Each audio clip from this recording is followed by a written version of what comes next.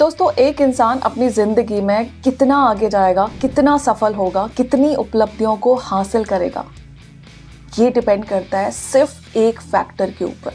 कोई इंसान आज अगर बहुत सफल इंसान है तो मान के चलिए उसकी जो 20% सक्सेस है ना, वो आती है उसके हार्ड वर्क से, वो आती है उसके इंटेलिजेंस से, एंड जो 80% है ना, वो आती है इसी इम्पॉर्टेंट फैक्टर से। सो कौन सा है ये इम्पॉर्टेंट फैक्टर जान लेते हैं, बट उससे पहले आज का वीडियो शुरू कर लेते हैं। दोस्तों, एक बार फिर से आप सबका बहुत बहुत स्वागत है हीलिंग वाइब्स ऑफ मोटिवेशन में। मेरा नाम है श्रृंखला शर्मा और आज के वीडियो में हम जानेंगे कि कोई भी इंसान अगर सफल होना चाहता है तो जो चीज़ सबसे ज़्यादा इम्पॉर्टेंट है, जिस पे अक्सर हम में से काफ़ी सारे लोग ध्यान ही नहीं देते, मैं कहूँगी 95% लोग नोटिस ही नहीं करते, and that is our emotional intelligence.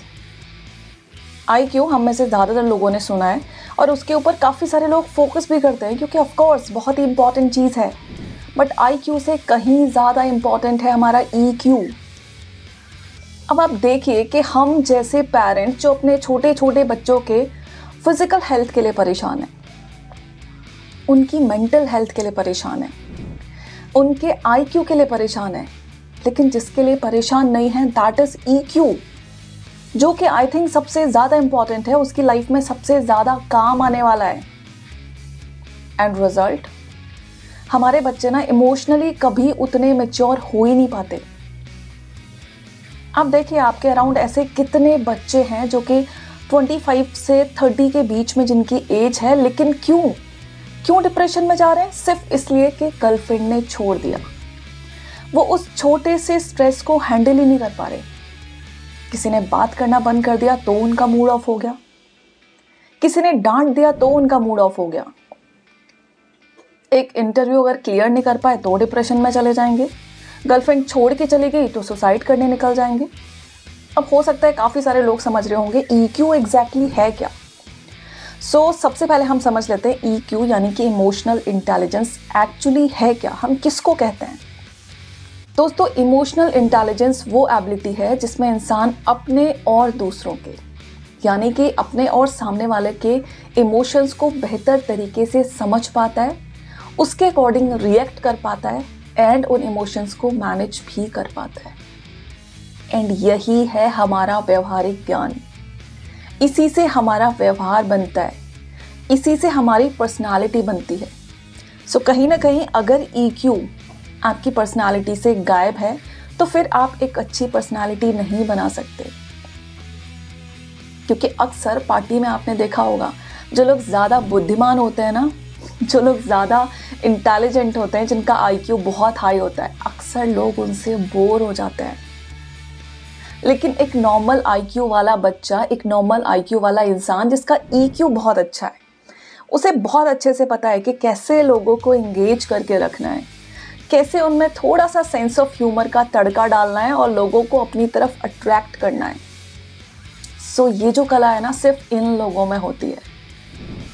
अब आप मुझे बताइए कि कितने लोग मेरे साथ एग्री करते हैं कि ये जो EQ है ना, इसे बचपन से ही फोकस किया जाना चाहिए। इवन हम पेरेंट्स को भी ना अपने बच्चों में ये इमोशनल इंटेलिजेंस की जो एबिलिटीज़ है ना, ये शुरू से ही इनकलकेट करनी चाहिए। हमारा बच्चा इमोशनली कितना मैच्योर है ये हमें देखना चाहिए, और अगर नहीं है तो कोशिश करनी चाहिए। हम पेरेंट्स ज़्यादातर टाइम ना बहुत प्रोटेक्टिव हो जाते हैं बच्चों के लिए। अरे मेरे बच्चे के सामने प्लीज़ ऐसी बातें मत करो, वो डर जाएगा, वो सहम जाएगा, वो टेंशन में आ जाएगा।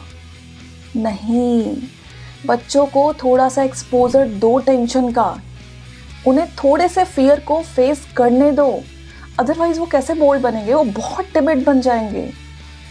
अब हर टाइम तो वो आपके पीछे पीछे नहीं रह सकते ना, हर जगह तो आप उनका हाथ पकड़ के उनकी स्पून फीडिंग नहीं कर सकते ना, जिंदगी में उन्हें अकेले ही आगे जाना होगा। तो ये तैयारी हम बचपन से क्यों नहीं करते? एंड ऐसे सारे केसेस ही है ना जो कि आगे चल के कोई डिप्रेशन में चला जाता है, तो कोई सुसाइड कर लेता है, तो कोई अपने पेरेंट्स को हैरेस करना शुरू कर देता है क्योंकि वो अपने इमोशंस को कंट्रोल ही नहीं कर पा रहा। उसे पता ही नहीं है कि अपने इमोशंस को कैसे कंट्रोल करना है, उसे कभी सिखाया ही नहीं गया। आई होप आपको इन्फॉर्मेशन यूजफुल लगी हो। अगर लगी है तो प्लीज़ एक थम्स अप कर दीजिए।